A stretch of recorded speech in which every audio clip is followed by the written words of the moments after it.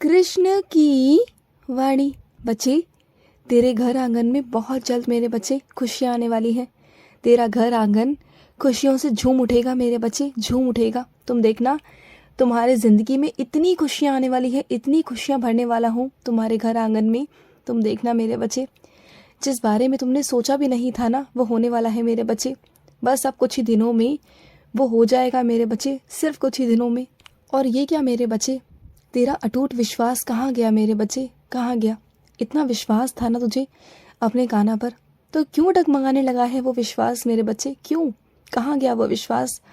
हाँ, मानता हूँ कि कुछ परीक्षा की घड़ी चल रही थी, लेकिन इसका मतलब ये तो नहीं ना कि तुम मेरा हाथ छोड़ दोगे। पर मैं तुम्हारा हाथ कभी नहीं छोड़ूंगा, ये याद रखना। तुम भले ही मुझे छोड़ दो, लेकिन मैं तुम्हें नहीं छोड़ूंगा। और इस बात का मैं तुम्हें प्रमाण दे भी चुका हूँ, है ना? तुम जहाँ भी जाते हो, जैसे भी जाते हो ना, वहाँ मैं तुम्हें मिल ही जाता हूँ किसी न किसी रूप में। तो देखो, मैं तुम्हें कैसे छोड़ सकता हूँ? नहीं छोड़ सकता मेरे बच्चे, नहीं छोड़ सकता। जो मेरा बच्चा एक बार मेरा हाथ थाम लेता है ना, तो ज़िंदगी भर के लिए मैं उसका हाथ थाम लेता हूँ। और सुनो, तुम्हें क्या लगता है कि मैं एक युग में आया था? नहीं, मैं तो हर युग में हूँ, युगों युगों से चला आ रहा हूँ मैं। तो ऐसे कैसे मेरे बच्चे, मैं तो हर युग में हूँ। पापियों का सर्वनाश करने तो मुझे हर युग में आना ही पड़ता है। जब पाप बढ़ जाता है, अधर्म की हानि होती है ना, तो मुझे आना ही पड़ता है मेरे बच्चे, आना ही पड़ता है।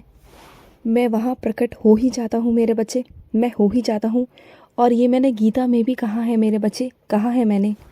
और मेरी भागवत गीता का एक एक श्लोक, एक एक शब्द सत्य है मेरे बच्चे, एक एक वाक्य सत्य है। तो इस बात को कभी हल्के में मत लेना, कभी नहीं। ध्यान रखना, तुम जब भी गलत करने जाओगे, मैं तुम्हें रोकूंगा। और ऐसा होता भी है, जब भी तुम गलत करने जाते हो ना, तो तुम्हारे मन में अपने आप प्रकाश उत्पन्न हो जाता है, अपने आप गलत सही समझ में आने लगता है। पता है क्यों? क्योंकि मैं तुम्हें रोक देता हूँ। मैं कभी नहीं चाहता कि तुम कभी भी किसी गलत रास्ते पर जाओ, कभी भी मेरे बच्चे, चाहे उसमें तुम्हारा नुकसान हो या तुम्हारा फ़ायदा हो। मैं कभी नहीं चाहता मेरे बच्चे कि तुम किसी गलत चीज़ों में जाओ, क्योंकि गलत चीज़ों में जाने से मेरे बच्चे तुम्हारे कर्म गंदे होते हैं। और सुनो मेरे बच्चे, एक बात कहूँ तुमसे, कई लोग जो मुखौटा पहन के घूम रहे हैं ना तुम्हारे आसपास, जो ऐसा दिखाते हैं कि उन्हें तुम्हारी बहुत परवाह है, बहुत चिंता है, तो ऐसे लोगों की सच्चाई को मैं सामने ले आऊँगा। और वैसे भी मैं तुम्हें शक्ति प्रदान करने वाला हूँ, एक ऐसी शक्ति जिससे तुम देख पाओगे, समझ पाओगे कि कौन इंसान तुम्हारे लिए सही है और कौन इंसान गलत है। तो उन लोगों से उसी तरीके से मेरे बच्चे व्यवहार रखना। और लगे ना कि कोई इंसान ज़्यादा ही तुम्हारे हानि पहुंचाने की कोशिश कर रहा है या तुम्हें नुकसान पहुंचाने की कोशिश कर रहा है, तो ऐसे लोगों से दूरी बना लेना अपने आप, बिना कुछ कहे। तुमने क्या कहा था मुझे कि कृष्ण, मुझे मुरली की धुन सुननी है, तो सुनाऊंगा तुम्हें। तुम्हारे स्वप्न में आऊँगा और अपने पास बिठा करना, तुम्हें जितनी मुरली की धुन सुननी है ना मेरी, तो मैं सुनाऊंगा। और यही नहीं, तुम्हारे साथ नृत्य भी करूँगा। ठीक है ना मेरे बच्चे? मैं आऊँगा, ज़रूर आऊँगा। बहुत जल्द तुम्हारे घर में पूजा रखी जाएगी मेरे बच्चे, बहुत जल्द मेरे बच्चे। और वहाँ पर ना मेरे बच्चे, मैं भी विराजित रहूँगा, मैं भी आऊँगा तुम्हारे पास, देखना तुम। और एक बात सुनो, कुछ चीज़ें तुमने अभी नहीं करी हैं, कुछ खास दिन थे जो तुमने अभी नहीं मनाए, ये सोचकर कि जो ये दिन है, ये श्राद्धों के दिन, ये निकल जाए, उसके बाद में ही सब कुछ करें। तो ठीक है मेरे बच्चे, कोई बात नहीं, तुम्हारा जैसे मन करे वैसे करना। और सुनो, तुम्हारे घर के बड़े बुजुर्गों का श्राद्ध मेरे बच्चे, वो तुम्हें भी करना है। हाँ, मानता हूँ कि तुम्हारा परिवार एक है जो अलग हो चुका है, वो लोग करते हैं, तो इसका मतलब ये नहीं कि तुम नहीं करोगे। वो अपना कर्म कमा रहे हैं, तुम अपना कर्म कमाओ। उनको बड़े बुजुर्गों का आशीर्वाद मिल रहा है, लेकिन तुम्हें नहीं मेरे बच्चे। और इस कारण ना तुम बहुत दुखी या परेशान रहते हो। तो इस बार श्राद्ध कर देना। अब तुम्हें तिथि नहीं पता कि कौन सी तिथि है, तो सुनो, श्राद्ध के अंत वाला श्राद्ध जो होता है वो कर लेना, फिर सब कुछ ठीक हो जाएगा मेरे बच्चे। देखो, जो तुम्हारे लिए अनुशासन लगाए गए हैं, बंधन लगाए गए हैं ना, ये गलत नहीं है मेरे बच्चे। और लोगों को बंधन नहीं दिए गए, मैं मानता हूँ, तुम्हारी बात को मैं समझता हूँ मेरे बच्चे, लेकिन उनमें और तुम में बहुत फ़र्क है मेरे बच्चे। वो इस तरह के लोग हैं कि वो कुछ भी कर सकते हैं, लेकिन तुम ना सहम जाते हो, बहुत जल्दी कमज़ोर दिल के हो, और इसलिए मुझे तुम्हें बंधन में रखना पड़ता है। क्योंकि अगर तुम वैसी स्थिति में रहोगे ना, तो तुम बहुत जल्दी घबरा जाओगे। तो मैं तुम्हें वैसे नहीं छोड़ना चाहता, मैं तुम्हें बंधन में रखता हूँ सिर्फ इसलिए कि तुम्हारी रक्षा हो सके, तुम्हारे साथ कभी कुछ गलत ना हो मेरे बच्चे, सिर्फ इसलिए मेरे बच्चे, और कोई बात नहीं है। वैसे मैंने तुम्हारी सोच से तुम्हें आज़ाद किया है, तुम्हारी सोचने के तरीके से तुम्हें आज़ाद किया है, तुम्हारी इच्छाओं को मैंने आज़ाद किया है। तुम जो चाहो मुझसे कह सकते हो, मांग सकते हो, जो चाहो ना वो कर सकते हो। और सुनो, किसने कह दिया तुम्हें कि मुझे रोज़ फल ही चाहिए खाने को? नहीं मेरे बच्चे, तुम्हारे घर में जो भी रूखी सूखी बनती है ना, जो भी जैसा भी, मुझे वही देना, मैं वही खाऊंगा। ऐसा नहीं कि मुझे घी की चुपड़ी रोटी ही चाहिए, ऐसा नहीं है, या मुझे घी या माखन खाना है। नहीं मेरे बच्चे, इन बातों को लेकर परेशान मत हुआ करो। हाँ, मैं मानता हूँ कि मेरा मनपसंद जो भोजन है ना वो माखन ही है, माखन मिश्री है, लेकिन इसका मतलब ये तो नहीं ना कि मैं अपने बच्चों को दबाव डालूं कि वो ऐसा करें। जब तुम्हारी सक्षमता ही नहीं है तो तुम कैसे कर पाओगे?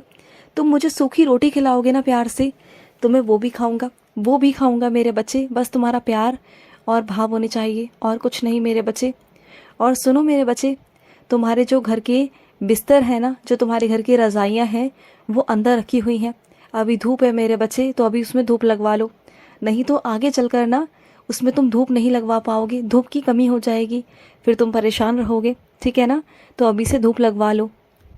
और सुनो, जब तुम घर की सफाइयाँ कर रहे थे ना, तो तुम्हें तुम्हारी माँ की साड़ी मिली ना, तुम्हारी माँ की याद, तुम्हारी माँ की साड़ी, और जिसे देखकर तुम्हें बहुत दुख हुआ, तुमने बहुत याद किया और मुझसे भी कहा ना ये मेरी माँ की साड़ी है। बहुत याद आती है ना अपने माँ की। देखो, वैसे तो मैं रोने को मना करता हूँ, लेकिन जब कभी अपनों के लिए आंसू बह जाए ना तो बहने दिया करो, अपने आप को रोने दिया करो मेरे बच्चे, क्योंकि जब तुम रोगे ना तो तुम्हारे अंदर का दर्द, तुम्हारे अंदर का दुख निकलेगा मेरे बच्चे, निकलेगा। और वो ज़रूरी भी है मेरे बच्चे, क्योंकि अगर अंदर ही अंदर घुटते जाओगे ना तो तुम्हारा दिमाग, मानसिक तनाव, तुम बहुत परेशान हो जाओगे, जो मैं नहीं चाहता। वैसे तो मुझे तुम्हारे आंसू बिल्कुल बर्दाश्त नहीं, लेकिन अगर तुम किसी अपने के लिए रोते हो ना, वो भी प्यार के लिए, तो मैं तुम्हें मना नहीं कर सकता। बस इतना कहूँगा कि अपने बोझ को हल्का कर लेना, मेरे सामने बैठ जाना, और जो भी कुछ तुमने संभाल के रखा है ना उनका, वो सब संभाले रहना मेरे बच्चे। वो याद बनकर तुम्हारे साथ हमेशा रहेंगे, वो पल, वो तस्वीरें, वो चीज़ें मेरे बच्चे, उन्हें संभाल कर हमेशा अपने पास रखना, हमेशा। और सुनो, तुम्हें मेरे मथुरा का प्रसाद खाना था ना, तुम्हारा बहुत मन था ना, तो ठीक है, तुम्हारे लिए बहुत जल्द मथुरा से ही प्रसाद भेजूंगा, ठीक है ना?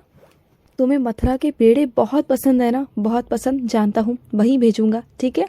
और सुनो, जब तुम्हारे द्वार पर गौ माता आती है ना, तो गौ माता को रोज़ कुछ ना कुछ खिला दिया करो, रोटी दे दिया करो, अगर हो सके तो गुड़ दिया करो मेरे बच्चे, चीनी मत दिया करो। चीनी देने से गौ माता की तबीयत खराब हो सकती है, तो गुड़ दिया करो, और गुड़ नहीं भी है तो सिर्फ और सिर्फ रोटी दे दिया करो मेरे बच्चे। और सुनो, तुम्हारे घर पर कुछ पंडित आएंगे मेरे बच्चे खाने के लिए, तो उन्हें ढंग से आराम से बिठाकर खाना खिलाना, ये नहीं कि कुछ खिलाया और उठा दिया, नहीं मेरे बच्चे, वो शर्म खाकर कुछ मांगेंगे नहीं, लेकिन तुम्हें उन्हें पेट भरकर खाना खिलाना है। क्या पता उन पंडितों के बीच में मैं भी आ जाऊं, तुम्हारा गाना आ जाए, तुम्हें कुछ पता नहीं चलेगा, लेकिन मैं आऊँगा, ज़रूर आऊँगा। और सुनो, जो बिखरा है ना उसे मैं संवार दूंगा, उसकी चिंता मुझ पर छोड़ दो, मैं हूँ, सब संभाल लूँगा, तुम बस शांत से और निश्चिंत रहो, ठीक है ना? खुश रहो। आज का कृष्ण संदेश समाप्त हुआ। जय श्री कृष्ण।